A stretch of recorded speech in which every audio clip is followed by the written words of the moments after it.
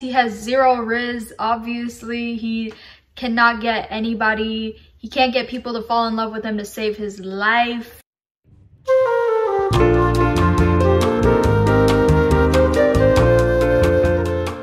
Yeah, I know this makeup look is a bit different from what I usually do, but I'm trying to emulate Belle from Beauty and the Beast right now, so I don't know if I did that. I don't know if I pulled it off or whatever, but that's what I'm supposed to be, who I'm supposed to be, because this book review is for A Curse So Dark and Lonely by Brigid Kemmerer. This is a Beauty and the Beast retelling, and I don't know what else to say about it because that's pretty straightforward. It's a retelling of Beauty and the Beast, except the Beast is in another dimension, in a fantasy world, whereas the Beauty is living in our world, DC. This story alternates perspectives between Beauty and the Beast. The Beast in this case being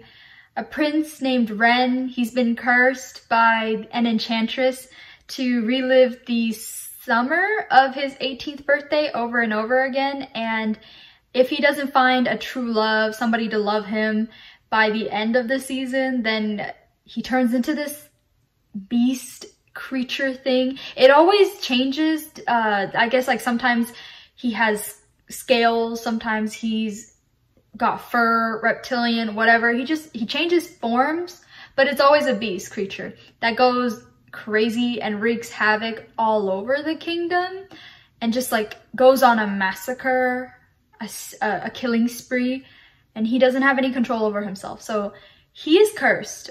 His only staff, I guess, his only trusted friend, only companion that he has is supposed to be the Lumiere character. He's a bodyguard. His name is Gray. And Gray is not exactly cursed along with his sovereign, his master, but he has the ability given by the enchantress to cross over worlds every time the season starts, and to cross over worlds for an hour. And he picks up a girl from there, and the season starts all over again, etc., etc. So this has been going on for like 5 years technically, but it's been like hundreds of seasons thus far, so they're tired of it already. The novelty has worn off, and they are losing hope because nobody's falling in love with Prince Rhen. He has zero riz, obviously. He cannot get anybody, he can't get people to fall in love with him to save his life. Gray goes over into our world, specifically to DC, Washington DC, I guess. I don't know what other DCs there are, but he goes over into DC and he picks up this girl and he's ready to cart her off and bring her to the prince. But our other main character, who's supposed to be Belle in this case, her name's Harper, she catches Gray trying to make off with this girl, and she's like, oh my gosh, stranger danger, girl. Like, this guy looks suspicious. And I'm like, girl, rightfully so. Like, you are a hero, girl. But she goes up to him and she's fighting him with a crowbar, as she should. Honestly, I don't see anything wrong with what she did. Go her, perp. She was just trying to defend the girl because the girl was knocked out and unconscious in his arms. And like, that's suspicious, right? That's weird. So she's like, if this is trafficking, absolutely not. So she goes after him, she bonks him, and he ends up using up his hour. So he ends up taking her with him to Emberfall, the kingdom. Obviously, she's upset. She is not happy being here. This is like against her will and all that. Some background behind Harper. She lives with her brother and her mom, I think, but I'm not too sure. Maybe she lives with just her mom. I can't remember much, but she has a brother, an older brother named Jake, who is an enforcer, is a loan shark type of guy, because their father took out some loans and has debts. So those loan sharks came after them for their father's loans and all that. So in order to pay that off, Jake became one of them, etc., etc. And their mom at the moment has, like, their mom has cancer, and she's in the late stages of cancer and such, and Harper just feels very helpless at home. She tries to be like a lookout for him, but he doesn't really let her do much or worry too much about him, because I guess, like, there's the fact that she's the younger sister, but also I guess her having cerebral palsy that affects her leg. Maybe he doesn't want her to do much and move around much, or I don't know. I think he views her as kind of delicate. So she is our Belle. She's amazing, obviously. I enjoy her character, I do. Maybe it's controversial. I'm not sure what the opinion on this character is, but like, I do like her. She's got spunk. But there's some stuff about her character that I will talk about that I'm kind of like, we could do without this, but I still love her. She goes over to Emberfall, finds out about the fact that Gray and Prince Rhen have been doing this for a while now. She realizes she's stuck in this realm until the season passes. So she does her best and tries to make do. She tells him straight up, I'm not gonna fall in love with you. Like, for sure, I cannot be doing that. I will not fall in love with you. And Prince Rhen's like, yeah, I kind of figured, because, I mean, no one else has, first of all. And secondly, like, she is already off the bat.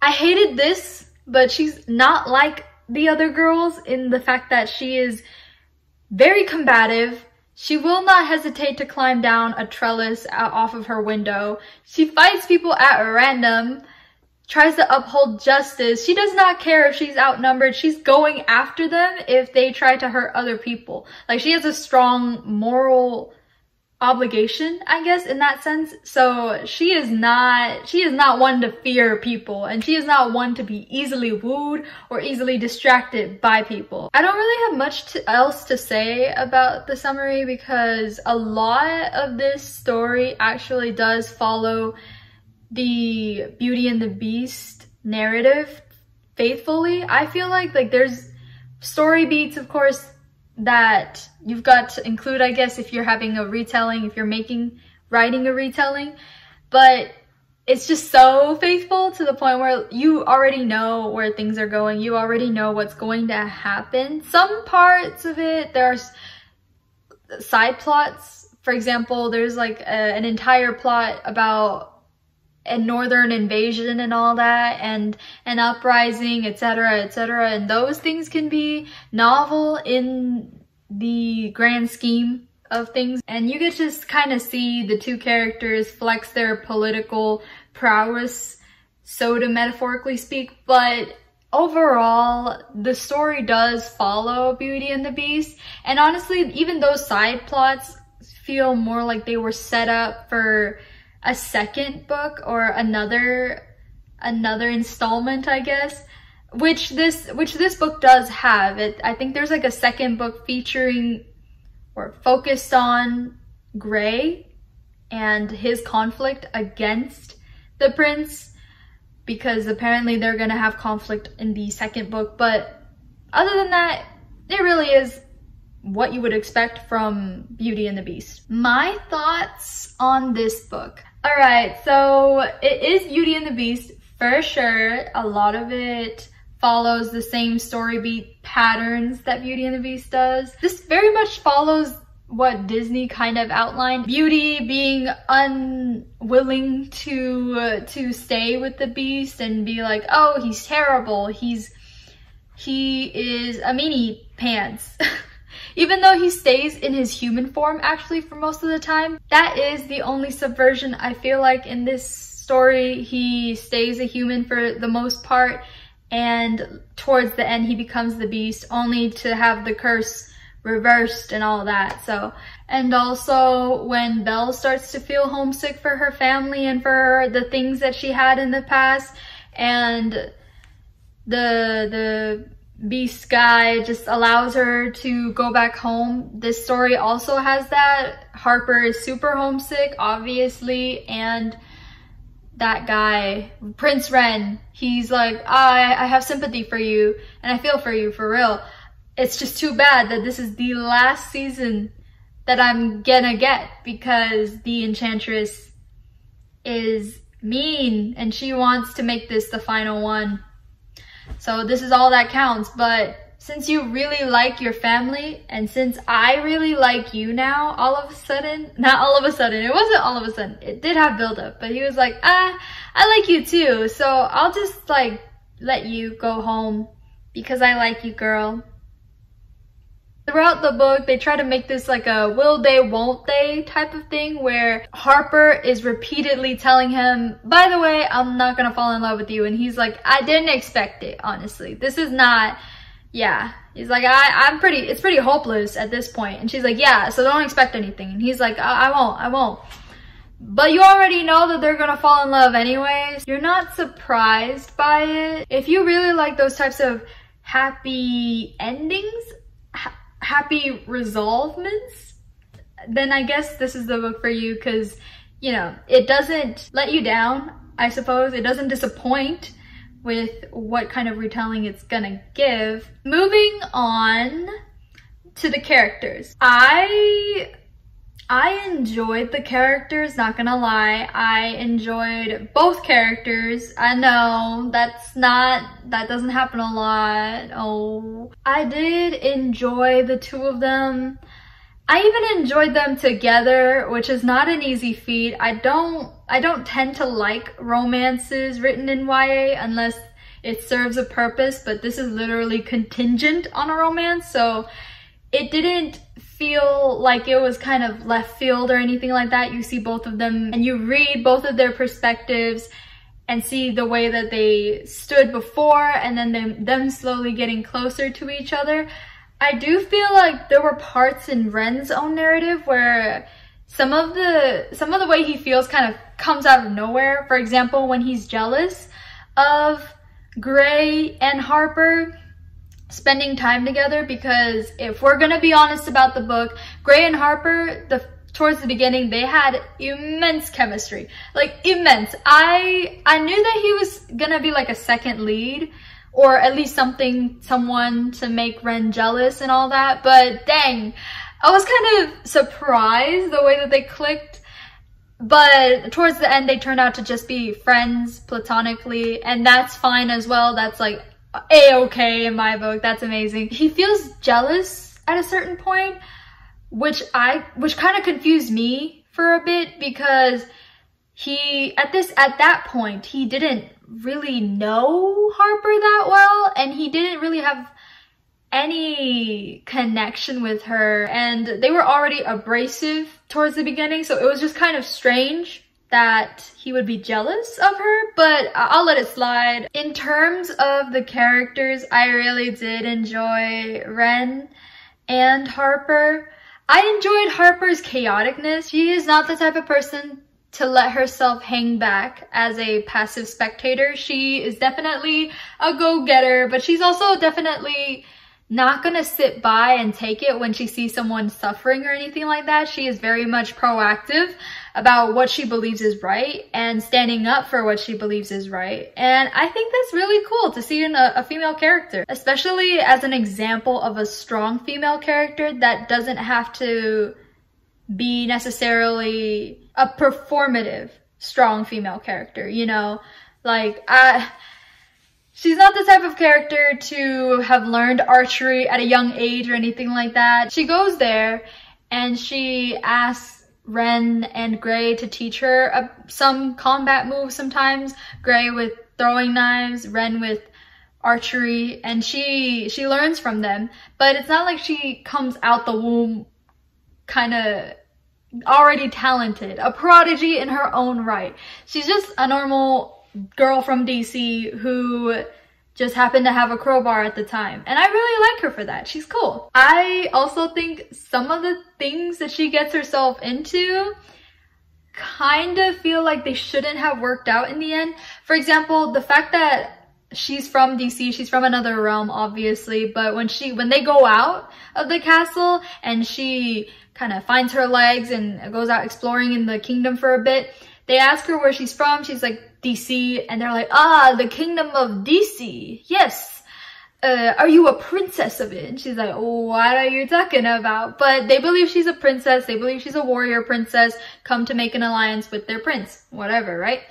But she holds the manner, the command of a princess, even though she shouldn't be used to that, acting that way or carrying herself in that way, being able to order commands very easily. That kind of came to her way too easily, I feel like.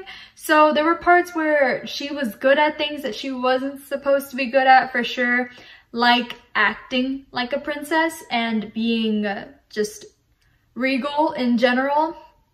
And I don't know, the story tried to chalk it off as it's because she's not like the other girls, you know, and you kind of, unfortunately, as much as I like her, you get that a lot in the story. You kind of, not in so overt a phrase, but they do say stuff like, oh my gosh, like I shouldn't underestimate you. You always surprise me at every turn.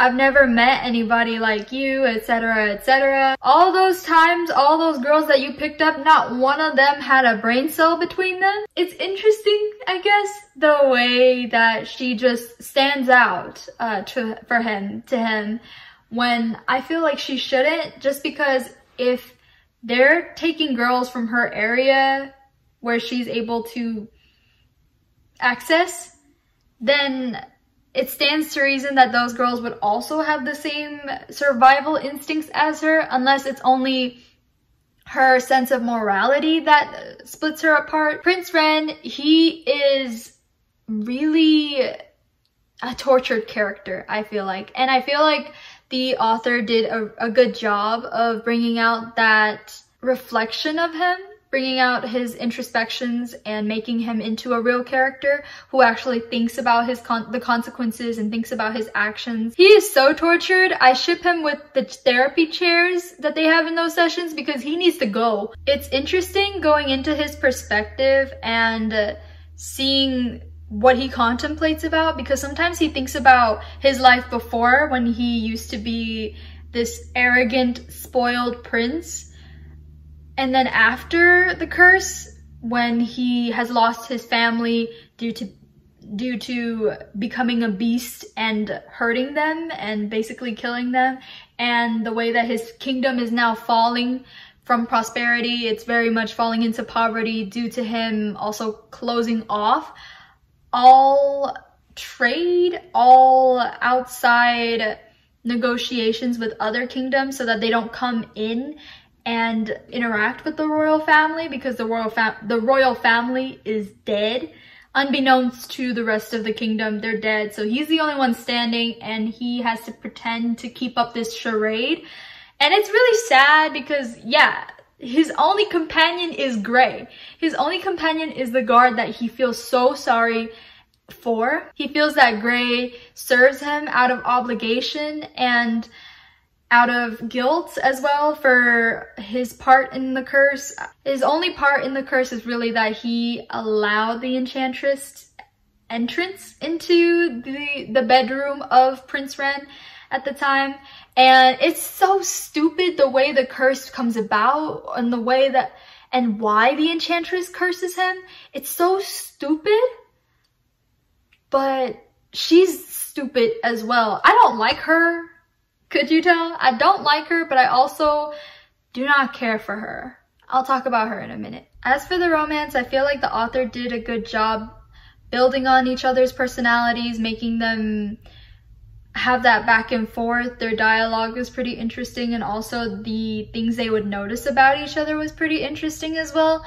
I feel like I like the writing style for this author. I did enjoy the way that they would describe each other. And I did enjoy the fact that they were kind of distinct whenever it was each other's perspective. Like, Prince Rhen, his perspective was obviously super strategy-like. He was always thinking about the next move and the implications of wording and choices and all that. It's interesting that that part of him, that aspect of him, is what keeps him from making those love connections and actually keeps him inside of the curse. He's learning as well. He has his own little character arc going into this, but he's always very super introspective, whereas Harper is kind of a react in the moment type of person and go, which I feel like they kind of balance each other well in that aspect. So it was always interesting. I feel like it was always its own back and forth. In the book itself, you have their back and forth in their dialogues, and you see the type of people that they are and the way that they bounce off each other, and then you see the way that the book switches from perspective to perspective, so that you also have that dynamic within the book itself. However, I do feel like there were some parts of the writing that just felt a little off, and what I mean by that is that all these years, nobody decided to go to the palace for anything. Nobody decided to talk to the palace, the people in the palace, for anything. There were no bureaucrats or anything like that. There were no nobles, no people in power, no nothing. None of the armies or regiments or whatever decided to check on their commanding head of command. It felt like the prince was just isolated to be isolated. I feel like for a prince who is strategic and who cares about his people, the fact that he doesn't really ask for reports about his people or anything like that, I feel like it contrasts with him greatly. And it's as if the author is saying one thing about his character and we're trying to believe one thing about his character, but then we see the way that his kingdom is run absolutely abysmally. He didn't really check up on how they were doing.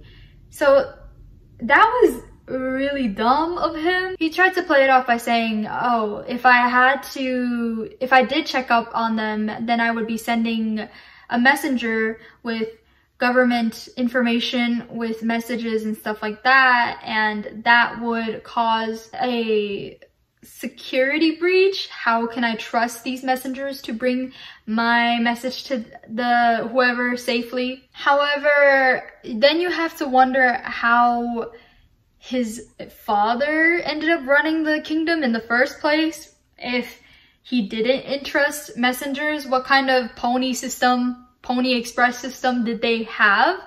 And it's just so, some parts of it were dumb in that respect. Some parts of it was like, but that's still not a good excuse. And how are you standing? How is your kingdom running? If somebody hates the way that the government is being run, wouldn't they want to assassinate the royal family? I feel like royal family assassination attempts happen more often than we think. They would have seen that the palace was empty and then decided, hey, this is my big break, I'm gonna go after them. How did that not happen? Also, let me just talk about the characteristics of Lilith. That enchantress is all levels of terrible. She's terrible. Her name's Lilith, by the way, so you know, just to let you know, put it on the nose. She's evil. Yeah, she's evil in this one. The whole reason that the curse happened in general is because back then there was these magic mages guys, and one of them wanted to seduce the king, but then Prince Rhen's father's father, the other king, heard about this plot and discovered the mage and was like, oh no, I hate y'all.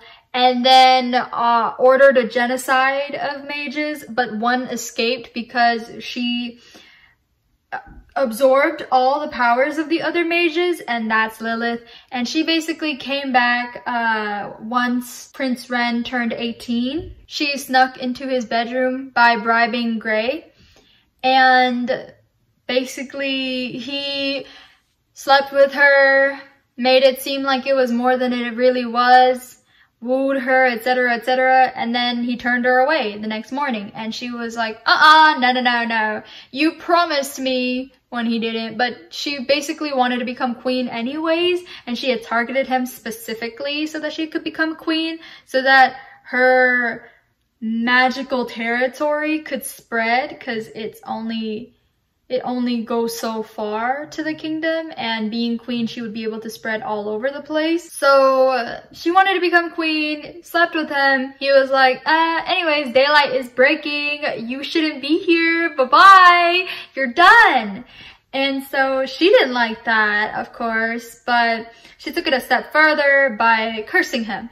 And this is basically the part that I hate, because why in the world would we base a curse off of this dumb reason? I just feel like the curse itself is hurting and harming so many people, and it's so huge in its scale that the reasoning behind it is so petty. I mean, I guess she would have her own motivations and she's her own person, but we don't really see that.